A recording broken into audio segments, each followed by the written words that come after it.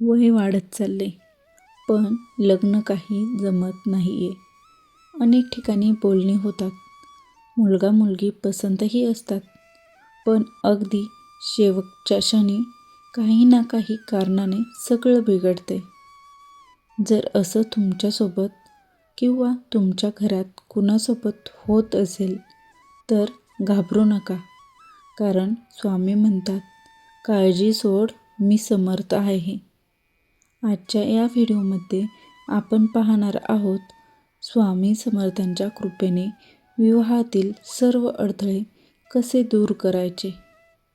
लग्न उशिरा होण्याची कारणे अनेक वेळा पत्रिकेतील दोष, गुरुग्रहांची कमकुवत स्थिती किंवा नकळत झालेला वास्तुदोष यामुळे लग्नाला विलंब होतो.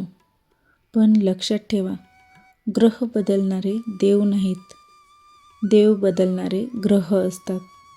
आणि जेव्हा भक्त स्वामींच्या चरणी शरण जातो तेव्हा कोणतंही विघ्न टिकून राहू शकत नाही. विवाहासाठी स्वामींची सेवा हा उपाय मनापासून ऐका आणि नक्की करा. उपाय क्रमांक 1. गुरुवारी पिवळ्या वस्तूंची सेवा. स्वामींना पिवळा रंग अतिशय प्रिय आहे आणि विवाहासाठी गुरु ग्रह अत्यंत महत्त्वाचा असतो.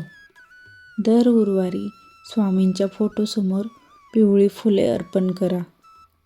पिवळ्या अक्षता वाहा. शक्य असल्यास पिवळ्या रंगाचे वस्त्र परिधान करा. हे करताना फक्त एकच भावना ठेवा, स्वामी, माझं लग्न तुमच्या हातात आहे. उपाय क्रमांक 2. स्वामी चरित्र सारामृताचा 18वा अध्याय. विवाहासाठी हा उपाय अत्यंत प्रभावी आहे. दररोज स्वामी चरित्र सारामृतातील 18वा अध्याय वाचा. हा अध्याय कार्यसिद्धीसाठी ओळखला जातो. वाचन करताना समोर स्वामींचा फोटो ठेवा. तुपाचा दिवा लावा. मन शांत ठेवा आणि प्रत्येक ओळीत स्वामींची कृपा अनुभवत वाचा. उपाय क्रमांक 3. सिद्ध मंत्र जप. दररोज सकाळी किंवा संध्याकाळी श्री स्वामी समर्थ या मंत्राचा किमान 3 माळा जप करा. जपानंतर डोळे मिटा आणि मनापासून म्हणा, हे स्वामीराया, माझ्या विवाहातील सर्व अडथळे दूर करा आणि मला योग्य जोडीदार मिळवून द्या. लक्षात ठेवा, उपाय किती मोठा आहे यापेक्षा तो कोणत्या भावनेने करत आहे हे जास्त महत्त्वाचं आहे. लग्न होत नाही म्हणून चिंता करू नका. त्याऐवजी असा विश्वास ठेवा, स्वामी योग्य वेळी सगळं नीट करतील.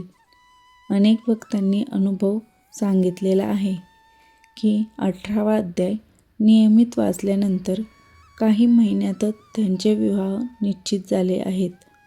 जर तुमच्या ओळखीतील कोणाचं लग्न अडकलं असेल तर त्यांना हा व्हिडिओ नक्की शेअर करा.